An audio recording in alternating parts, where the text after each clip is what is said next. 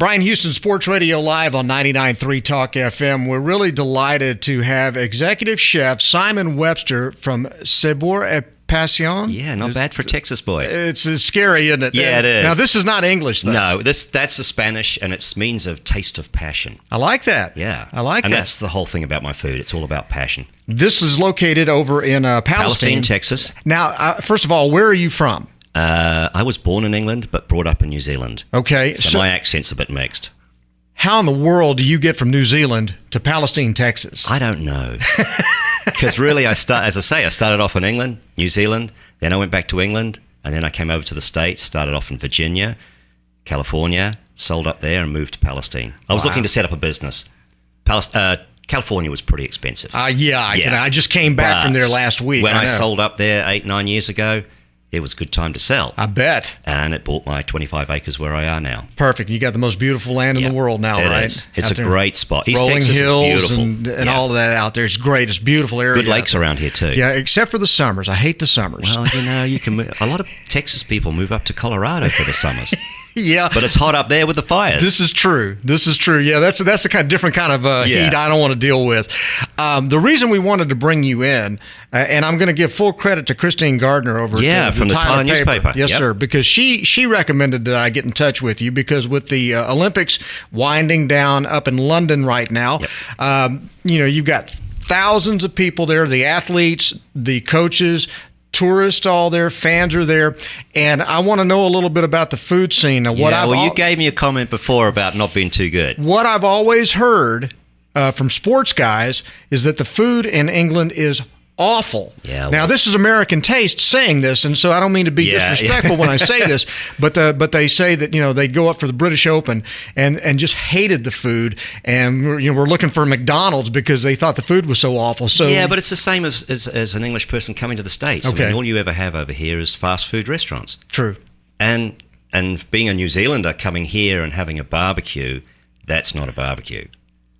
Wait a minute. Well, see, now we can start an argument. You're here. challenging Texas barbecue? That's sacrilegious. Yeah, but a barbecue to me is a few shrimp on there, grilled, and a nice, thick, juicy steak or some lamb chops. Well, I mean, we like that. Yeah, but it's all this barbecue in a big drum. Well, yeah. Maybe that's how you get rid of the 44-gallon drums over here. How do you? Well, it's a real good use for them. It's a recycling thing. See, we're green, except it's cast iron.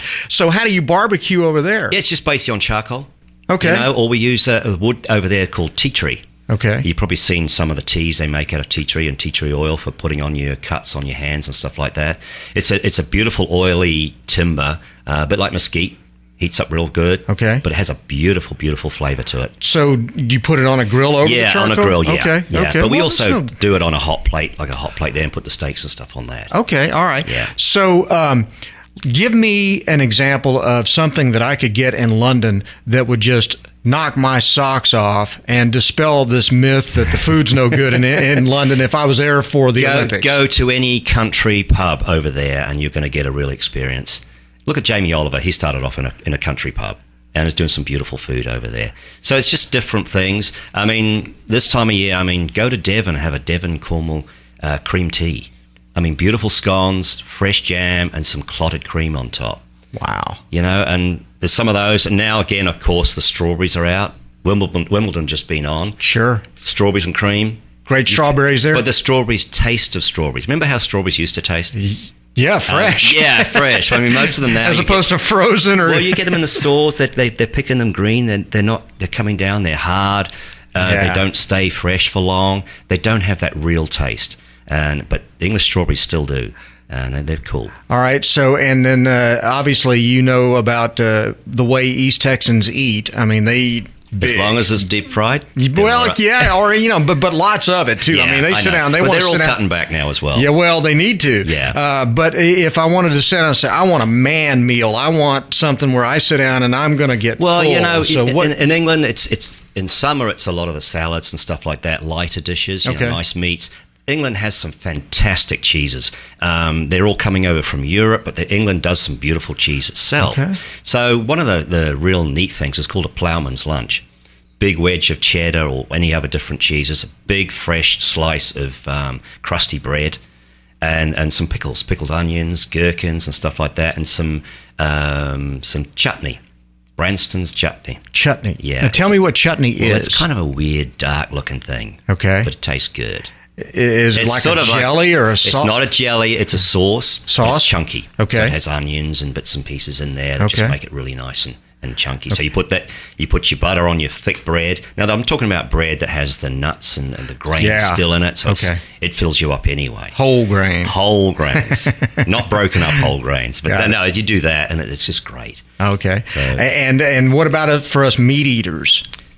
Not much there? Well, the steak and kidney pie. Oh, okay. Yeah. Pastry top on that goes down well. Yeah. We have some great meat over there. Okay. There's some steaks, obviously. There's lamb chops are there. There's pork. But again, all the meats and things are still tasting like they used to. They're not watered down. So you still have those flavors with them. So what are we doing that's messing this stuff up? You're trying to move on. You're trying to make the meat grow quicker than what it can. Okay. Meat needs time to grow. It's like when you kill an animal, you don't just cut it up straight away and put it in a vacuum pack and sell it. It has to be hung for at least a month. But that costs money. Sure. No one's prepared to do that. Yeah. There is some places in New York you can actually get aged beef, which is great. I mean, they hang it up in a cooler. It's hanging there. It's the meat's got to relax. It's got to just wind down. And once it's done that, it tenderizes basically itself. Wow. Okay. So when I do the steaks at my place, I cut them fresh to order. They're not coming in vacuum packed. They're already cut. They're already in a big block. I cut them up. Okay. They still have the blood in them. So when you cook them on either side, that blood's still inside that meat. That's your juices. So when you cut that steak open, they just flow. That sounds awesome. It does. It sounds terrific. But you've got the seasonings on it. I mean, with any steak, you sear it on the top straight away and then on the bottom, and it traps all those juices inside. They start to heat up and boil. They actually cook the meat inside. You don't want those juices to roll out. You want them to seal inside that piece of meat. Okay. So, I mean, we've got the steaks. We have the chicken. I mean, some of the chickens you can get over there are corn-fed. They're not mass-producing them. One of the saddest things I heard a little recently was Argentina. Argentina has grass-fed beef, absolutely gorgeous. Well, they're trying to go over now to the American system of doing it with the farming, where they take them into a feedlot, fill them up with feed to a certain time, and then kill them. Well, an animal that's grass-fed has a totally different taste to it. That's why a lot of people are reverting back. There's a few people in Palestine that are doing this now. There's a young lady down there that's got her own cattle. She has her own chickens, her turkeys, beautiful garden down there. She's making cheeses. Wow. And as more people slowly get back into doing that, you're going to have something that's really great. And a lot of English places were like that. We have smaller operations going on. America's very much trying to make it into a factory. And animals are not a factory.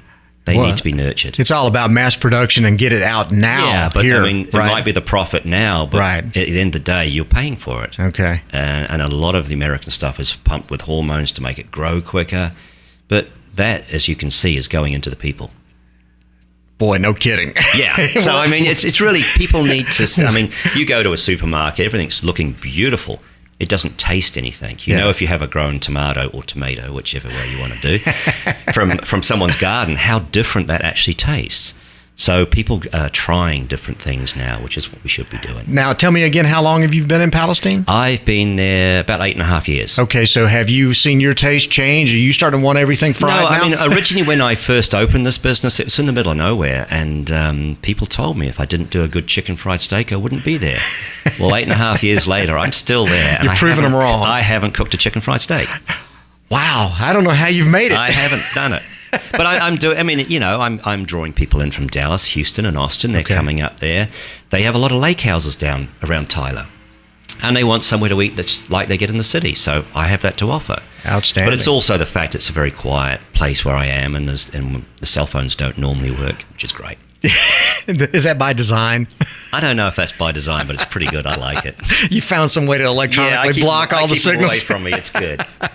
So, are you? Have you been watching the Olympics at all, or are you just too busy working with the restaurant? I've been too busy working. Yeah, but your night business. My business is working when everyone else is relaxing, sure, and enjoying themselves. But if you, I've been cooking 35 years, so I've always worked the weekends and stuff, but I always get Monday off.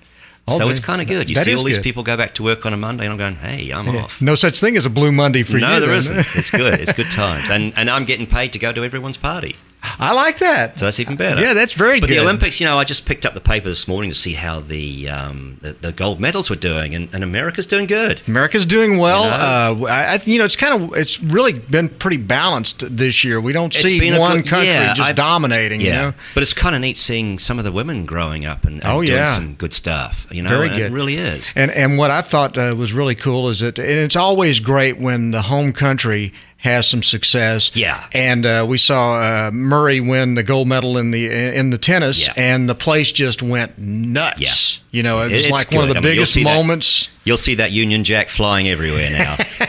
It's great to be proud of the country. Yeah, it is. I mean, and London is a fantastic city. I mean, it has historic buildings that are just unbelievable down there. You're walking on streets that Henry VIII walked down. Yeah, they might be a bit cleaner, some of them, but hey, the place doesn't change. The buildings are there. There's the Tower of London. There's the River Thames. The River Thames is actually quite an interesting story because in the old days they used to pour all the trash and rubbish straight into that. Right. Well, they've actually cleaned it up so much now that the actual salmon are coming back up the River Thames. It's pretty amazing, to have that. It's like the Mississippi. Clean the Mississippi up, and you'll get the fish back up. I think that's impossible at this point. Well, the catfish like it. The catfish do like it. They like the mud and all the other garbage that goes with it. Simon, we can't tell you how much we appreciate you coming in and talking with us and giving us a little bit of a taste of what it's like to be in the Olympic Village and in London right now. I've never been there, but I'd always wanted to. You need to go. I know. Go. And if you want to try some of the sample of desserts, I make them in the restaurant there. Outstanding. And your restaurant again is at 110. It's 110 Anderson County Road, 406 Palestine, Texas. And you can go to saborapassion.com. Okay. Go on the website or like my Facebook page, and you'll see what we're doing. And I'll post it on our Facebook pages as well, so that people can find you. And I know you've been on with Terry Miller before. Yeah, he's trouble in the morning. Man, You nailed it. He gives me a hard time. You have the gift of discernment. Simon, thanks very much for coming in today. We really appreciate it. Simon Webster from Sabor a Passion. You're doing good with that now. Thank you very much. It's the Louisiana influence for sure. This is Bryan Houston, Sports Radio Live on 99.3 Talk FM.